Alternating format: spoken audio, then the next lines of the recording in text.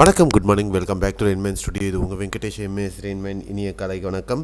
இது என்ன தன்பட்டிய வானிலை அனுமானம், அதிகாரப்பூர்வ வானிலை அனுமானம் மற்றும் தகவல்களுக்கு இந்திய வானிலை ஆராய்ச்சி மையம் மற்றும் அரசு சார் அறிவிப்புகளை பின்தொடருங்கள். நம்ம சேனல் இது வரையும் சப்ஸ்கிரைப் பண்ணலன்னா சப்ஸ்கிரைப் பண்ணிவிட்டு பக்கத்தில் பெல்லைக்கான் தொட்டு ஆல் நோட்டிஃபிகேஷன் எனேபிள் பண்ணிக்கோங்க. வீடியோவை லைக் பண்ணிவிட்டு ஷேர் பண்ணிடுங்க. உண்மையான தகவல்கள் உங்களுக்கு கிடைக்கணுன்னா நம்ம சேனலை ஃபாலோ பண்ணிக்கோங்க.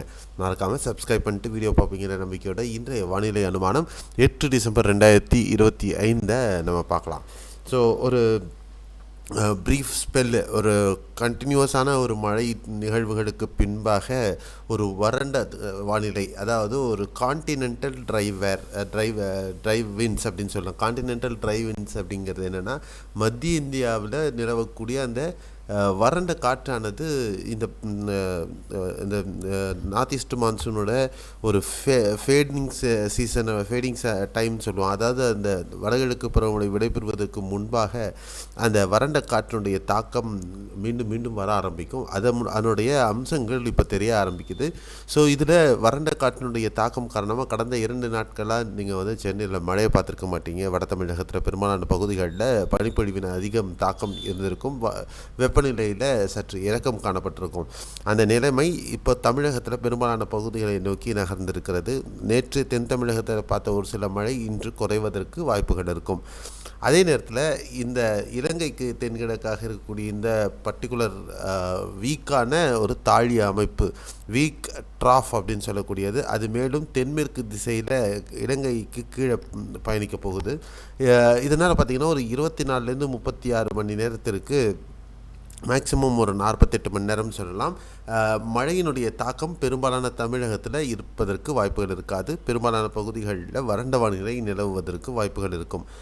இந்த கிழக்கு திசை காற்று, இந்த வீக் ட்ராஃப் மேலும் இலங்கை ஒட்டி வரும் பொழுது இந்த கிழக்கு திசை காற்று டெல்டா மற்றும் தென் தமிழகத்தில் ஒரு மாய்ஸ்சர் ஏரை கொண்டு வரும். அதாவது ஒரு குளிர்ந்த ஈரமிகு காற்றை கொண்டு வரும்.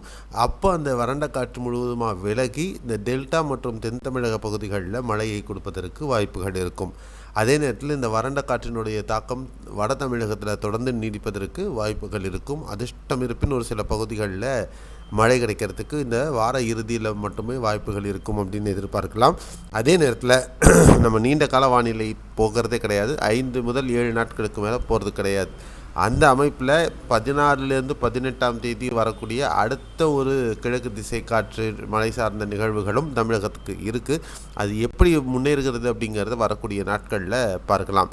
அதை இந்த வானிலையில் பொறுத்தவரையிலையும் அடுத்த 2 நாட்களுக்கு வறண்ட வானிலை நிலவ போகிறது அப்படிங்கிறது மட்டும்தான் நம்ம இப்போ கவனிக்க வேண்டிய மிக முக்கியமான அம்சம்.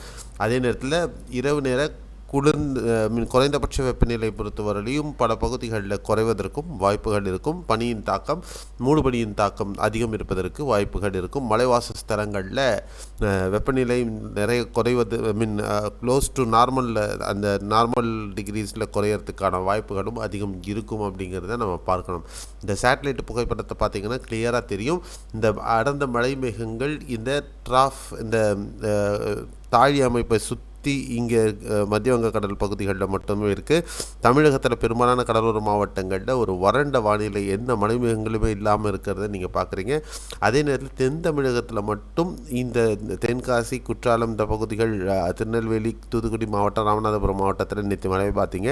அந்த மழைமேகங்களும் சற்று குறைவதையும் நீங்கள் பார்க்கலாம்.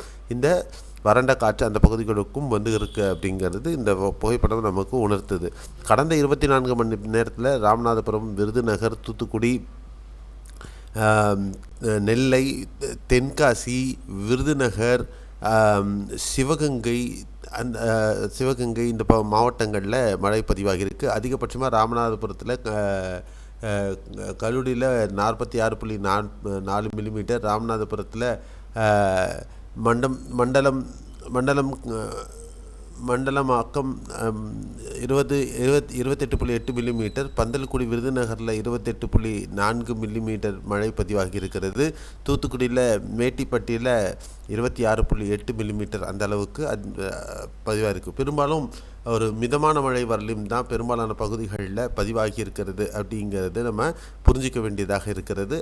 இதை பேஸ் பண்ணி அடுத்த 24 மணி நேரத்தில் கேரளாவில் இடுக்கி, கோட்டயம், பத்தனம்திட்டா மாவட்டங்களில் ஒரு சில பகுதிகளில் மட்டும் லேசான மழையை நம்ம எதிர்பார்க்கலாம். தமிழகத்தில் பொறுத்தவரையும் மயிலாடுதுறை, நாகை, காரைக்கால், திருவாரூர், ராமநாதபுரம், தூத்துக்குடி, தென்காசி, திருநெல்வேலி, கன்னியாகுமரி மாவட்டங்கள் ஒரு சில பகுதிகளில் மட்டும் லேசான மழையை நம்ம பார்க்கறதுக்கு வாய்ப்புகள் இருக்கும். பெரும்பாலான பகுதிகளில் வறண்ட வானிலையே நிலவுவதற்கு வாய்ப்புகள் இருக்கும். இதுதான் அடுத்த 24 மணி நேரத்திற்கு சாத்தியமான பகுதிகள். இந்த வானிலையில் உண்மையான தகவல்கள் என்னென்ன அப்படிங்கிறது நீங்கள் புரிஞ்சுட்டுருப்பீங்க.